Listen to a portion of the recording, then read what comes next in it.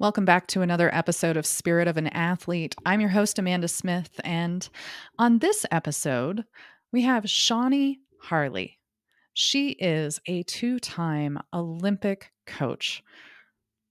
You'll hear from her about mental toughness and what it takes from a coach, a player, and a parent's perspective to have this mental toughness and help yourself and your athlete build their mental toughness. At the end, Shawnee shares her mental toughness toolkit. And let me tell you, this is an opportunity to work with a very strong coach, someone who will give you tips and tricks to build the how, not the what. In this episode, we talk about the emotional storm that players are constantly going through and how to manage that better. Another example of her beautiful words and the way she articulates how to help athletes get curious, not furious. Those were the ones that stuck for me. I hope some of them stick for you and you can share in the comments or by going and purchasing her toolkit. Shawnee Harle, thank you so unbelievably much for being here with us and talking to everybody today about mental toughness. I want to note Shawnee is an Olympic coach. She coached women's basketball for Canada in the 1996 and the 2016 Olympics. So, Shawnee, it is such an honor and such a pleasure to have you here with us. Yeah. And I think it's worth noting that in those Olympics, I was an assistant coach. Thank goodness. Do you know how hard it is to be a head coach? Anyway, I'm happy to be here and share some thoughts. I love that you highlight that. So, in your mind's eye, what's the difference between the assistant coach for an Olympic team and the head coach for the Olympic team? It's so interesting because my first thought was how much mental toughness is required. Because when you're the head coach, Mhm. everyone's looking at you. No one even knows most of the time who the assistant coaches are. So I can just be over there like la la la. Now I'm not over there doing la la la. But the pressure is all on the shoulders of the head coach. Their job is, it is so incredibly difficult. It's as much pressure, actually more than what the athletes feel. Because if it doesn't go well, it's the coach that has to bear that burden, not the athletes. And when things go great, the athletes get a lot of the glory, which they should, and the head coach not as much. So the assistant coach just doesn't have any of that pressure. Interesting. Did you feel like that was the best role for you at the time? Yes, I had uh, a fair amount of practice with it. And I was a head coach for 20, 20 some years at the collegiate level. And then when I went with our national team, I went into the role of the assistant. And I'm like, damn, I like this. It was just it was a nice change. I got to be, more in the support role, more in the investigative role. Like, what am I seeing? What adjustments can we make instead of having to be, driving the bus all by yourself? I got to be the co-pilot. And that was a role that I think I was well suited for. I love that. Okay. What did you learn? What was the number one learning that you had from the head coach for and tell me if I'm wrong, but there were two different head coaches for 96 and 2016. What did you learn from the 1996 head coach that you implemented into what you do now? You know what? My answers are going to be what I know now, but I had no idea then. Like you don't know, like you think you know, but you don't know, right? You're in Mhm. the middle of it. And I was young. And I thought I knew everything. And now that I look back, I'm like, wow, I didn't know diddly. And the learnings for me actually in both Olympics were that skill and talent and fitness and team culture can take you to a certain point. But most of the teams that you play against when you're at an Olympic level have those exact same things or more than you do. And talent is not enough. It's never enough. And I believe that mental toughness is a difference maker. And we're starting to see it more and more now at these higher levels, at these national levels. They have full-time MPCs, mental performance coaches, full-time. That wasn't happening back in just as recently as 2016. That was not happening. And now we're seeing the trend move that way because everyone has figured out there are no more advantages left. We're all fit. We're all strong. We all have an offense. We all have a defense. We all have talent. So where else are we going to find our advantage? And I believe that advantage is mental toughness. Okay, I love this. So I just recorded another episode with someone who, Adele, talked about culture and how much culture matters, especially when it comes to bringing in those mental health professionals to help with the teams. You're saying, and this, I love this, at the Olympic level, that's the only choice you have. That's the only differentiator you have because everybody's pretty much on the same playing field when it comes to athletic ability, skills, and the support that an athlete needs. And it's the mental toughness that differentiates now. So, what are some of the mental toughness pieces that teams need in order to differentiate themselves? I believe that sport is just a series of storms. And most of those storms are emotional, not physical. But we spend all of our time trying to fix the emotional storms with physical advice. Yes. Right? In basketball, oh, you got to go off the ball screen better. You got to D up harder. You got to box out better. You got to run faster. You got to work harder. You have to be more aggressive. A lot of times those things are true, but we try to fix an emotional problem with a physical solution.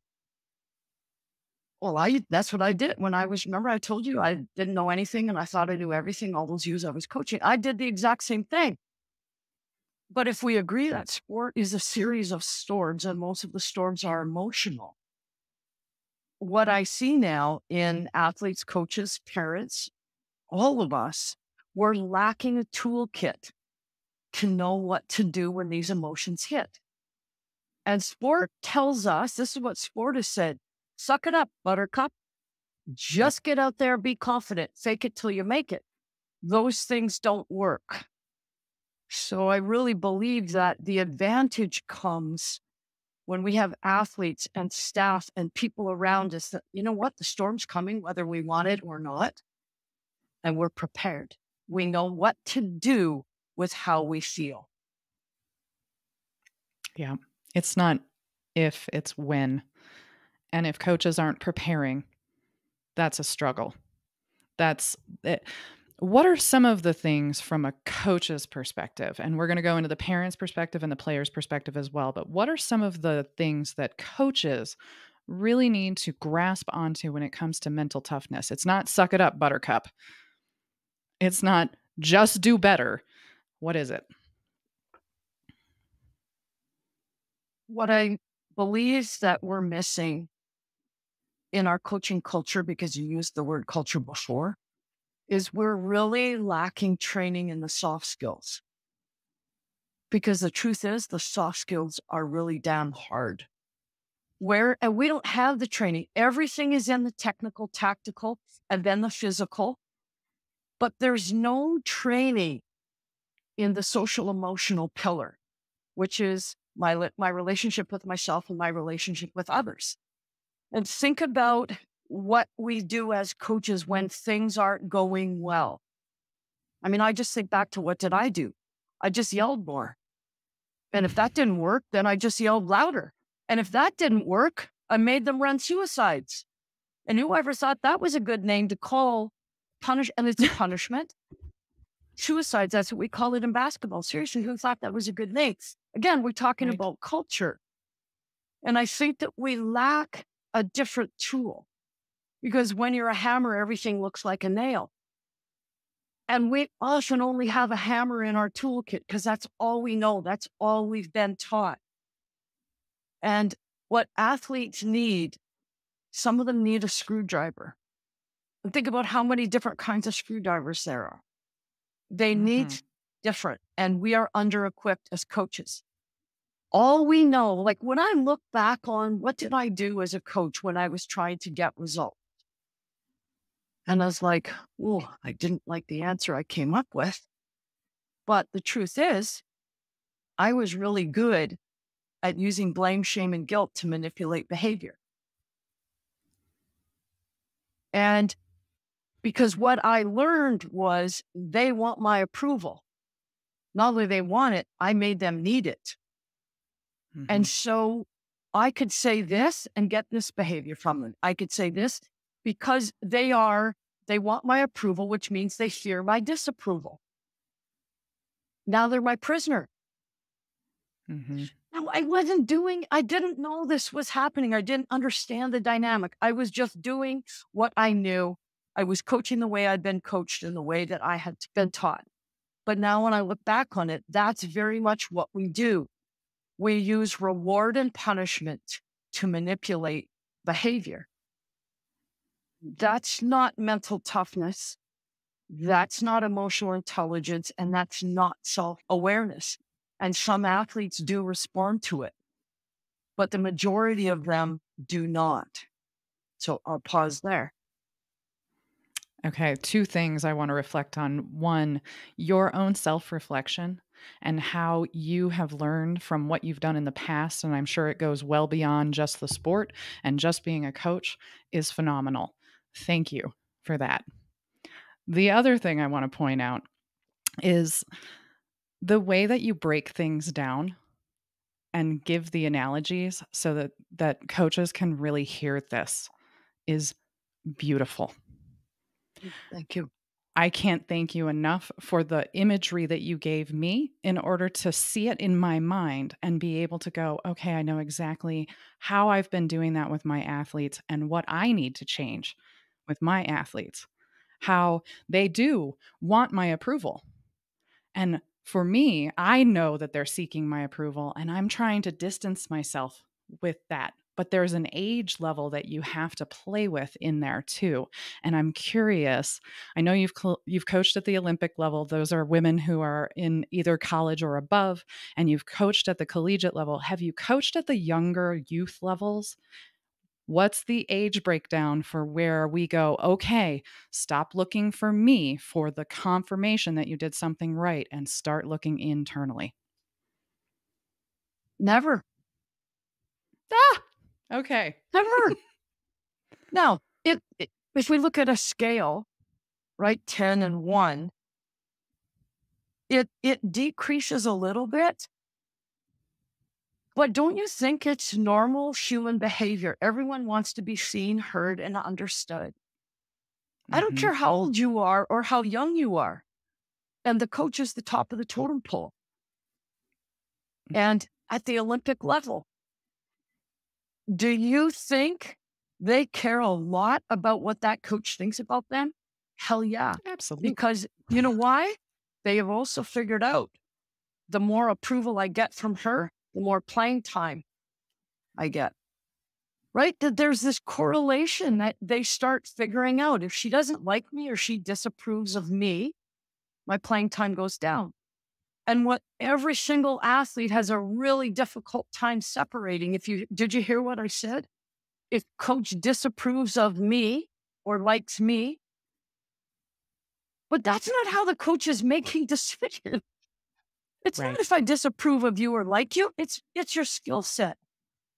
And the better chance you give us of winning, the more you're going to play. But athletes have a really difficult time separating who they are from what they do.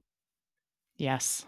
So they say, coach disapproves of me. And I'm like, actually, no, it's just that you've turned the ball over 3 times and we're at the Olympics, and turning the ball over 3 times is going to hurt our chances to lose. So you have to come and sit on the bench.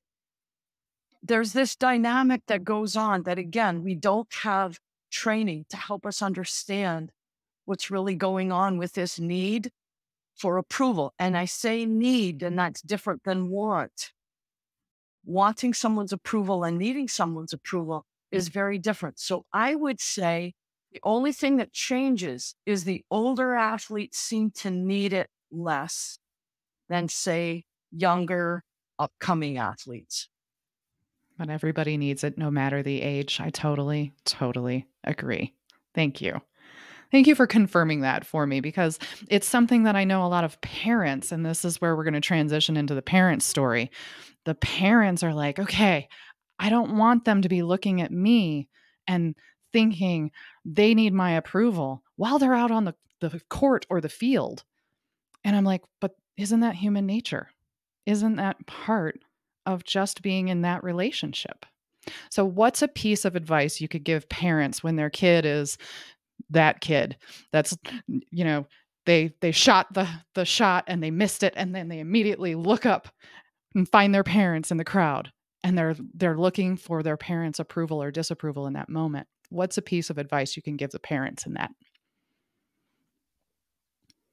Oh, I'm trying to give a concise answer, and it's going to be difficult. I'm going to do my best. I believe that that is trained. I believe that looking in the stands at your parents is a fear-based behavior. And fear is learned. So who's teaching it? When I work with parents and coaches, and I look back on all the things that I didn't do, didn't know how to do, and I'm like, if I could go back and do it again, what would my do-over be? And now this is what I try to teach parents and coaches so they can learn sooner than I did. Approval is judgment. So is disapproval. One's just a positive judgment, one's a negative judgment. There's still judgment, and there's still opinions. And the number one, my opinion, the number one thing that holds athletes back from stepping into their greatest self is FOPO, FOPO, fear of people's opinions. Mm. Because they have never learned to go inside and self-reflect and say, what do I think? They're always looking out here. What do they think, or what do I think they think? Right? This external validation. And it's normal. But when external validation is the only thing that we have to feel good about ourselves, that is a really, really dangerous journey, because the day is going to come where you don't get it. And you don't know how to go inside and say, well, that's okay. What do I think? What do I believe to be true about me? And so when I'm talking with parents, I work with them and say, does your child look up in the stands? And they're like, all the time. And then I say, well, what do you do? And like, I cheer, or I give them a little love heart, and I'm like, oh, okay, well, do you think your child will continue to look up then? To train, because we're training them, we're giving them a reward for looking. And the parents, oh, it feels so bad if I don't do it. And I'm like, okay, this is the dynamic that we need to work on. We have to wean them away. It's like training wheels. We get to talk about what is self-approval. How do we teach them to look inside and say, what do I think about what I just did or what I didn't do? And I said, and after you have this conversation, then you say this to your child. Okay, next game, when you look up at me, I'm going to pretend that someone's calling me, and I'm going to pick up my phone and I'm going to talk to them. So do you see how we're helping them take the training wheels off? We give them the conversation. They say, when you look up, I'm just going to pretend that I'm on the phone. And then when I pretend I'm on the phone, that's your cue to go, oh, yeah, right. I need to ask myself what I think about me. Unlearning is harder than learning. So we have to Always. learn. The parent has to unlearn, and so does the child. And that's one way that we can start taking the training wheels off. Oh, I love that. I absolutely love that. Again, the imagery. It's so easy to just be like, "Oh yeah, mom's going to get on the phone." And that's my turn to look into my internal storm as you mentioned earlier and go, "Oh, yeah, time to refocus. Time to seek out why I'm doing that for a split second because the game's got to go on." Yeah, it's beautiful. Isn't this the remember one of the things we talked about was sport is a series of storms, and all storms are Mm. emotional. When the child is looking up, there is an emotion going on in here. And if we allow them to keep looking up, they never learn to look in. And it also means they will always need someone else to save them from the storm. Mhm. Don't you Mm. think the greatest gift that we could ever give our kids is a toolkit that when the storm comes, they're like, oh, yeah, I know what to do about this. I know how to save myself. Mm. Okay, perfect segue. What are your 2 favorite tools in the toolkit that you like to teach the players?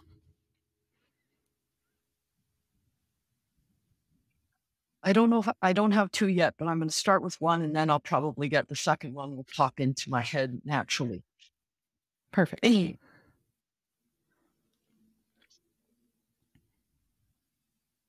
It's, oh, man, it's just so, like, I didn't know any of this. I didn't know any of this when I was a coach. I didn't know any of this when I was an athlete back in the day.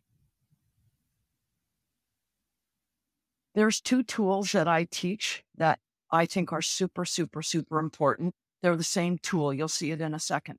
And it's the concept of be able to tame your feelings. Because if you don't tame your feelings, the storm gets bigger. And so there are 2 things that I'm going to give your listeners right now for helping your kids and yourself tame your feelings. Because 2 emotions that come up a lot in sport, I'm just going to categorize them as mad and sad. So mad is like, God, come on, these refs suck.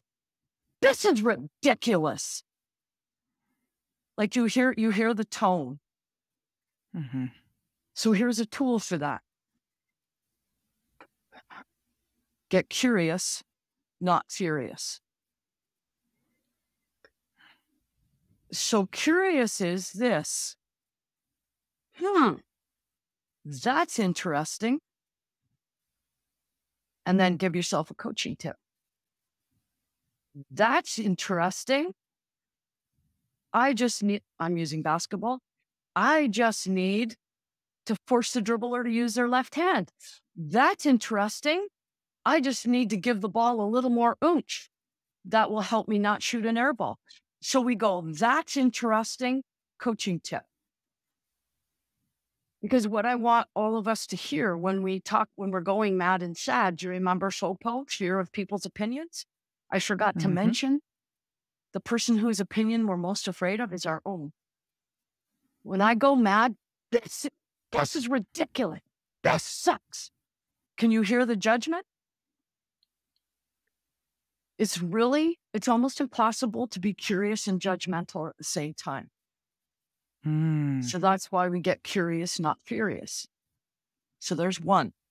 The second emotion that comes up a lot in sport is the opposite. It's sad. We often say the same things, but the tone is different. Why do I even bother? I may as well just eat worms and dirt. This is so stupid. No one ever passes to me. Do you hear the judgment again? Right? It's all judgment. So what Yep. do I do with that? Instead of judgment, we use one of my favorite F words, which is forgive. And so we shift from judgment to forgiveness, and it sounds like this. That's okay. Then add a coaching tip. Shoot higher next time. That's okay. Swing at the first pitch next time. That's okay. Take less of a lead from first base next. That's okay. So as soon as I go, that's okay. Can you hear the forgiveness? This is the exact opposite of what sport teaches us. We are supposed to get mad at ourselves when we make a mistake.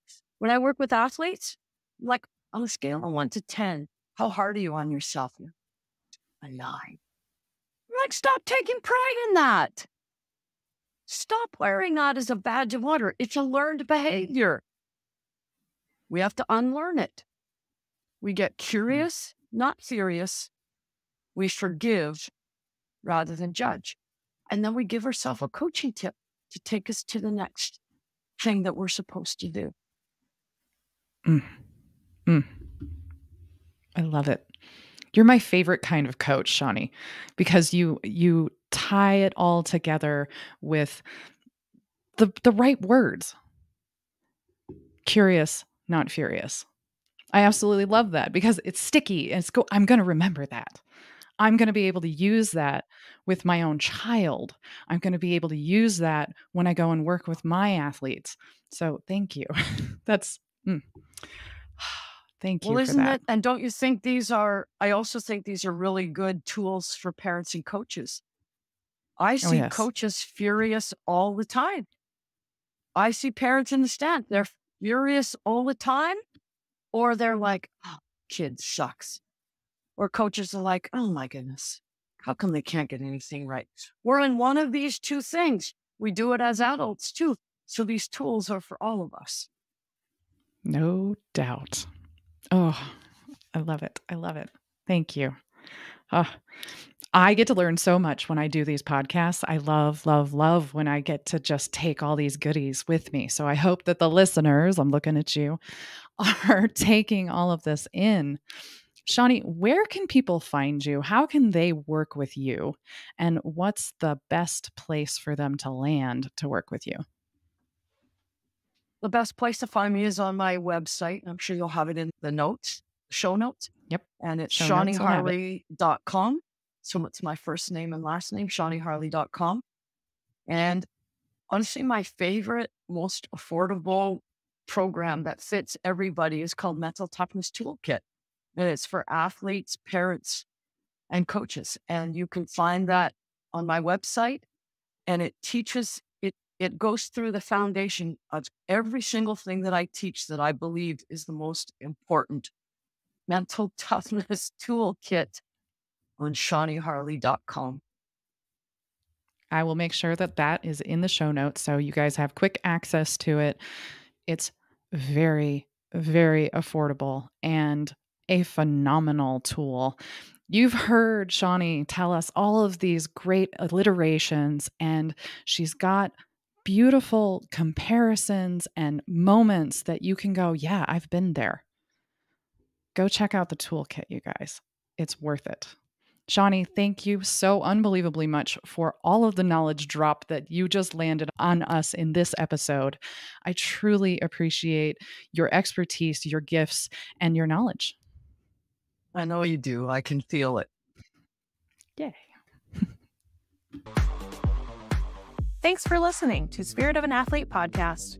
If you're struggling with your own gut issues and want more direction, you can get an initial body scan from Amanda at bodywhisperhealing.com. In 20 minutes, you can find out what's wrong, get clarity, map a path forward, and get on track to get back in your game. If this episode hits the spot, please let us know by rating, reviewing, and sharing it with a friend. Subscribe now to hear more inspiring stories from other female college athletes who overcame their health issues. Want more, Amanda? Get inspired by finding more at bodywhisperhealing.com.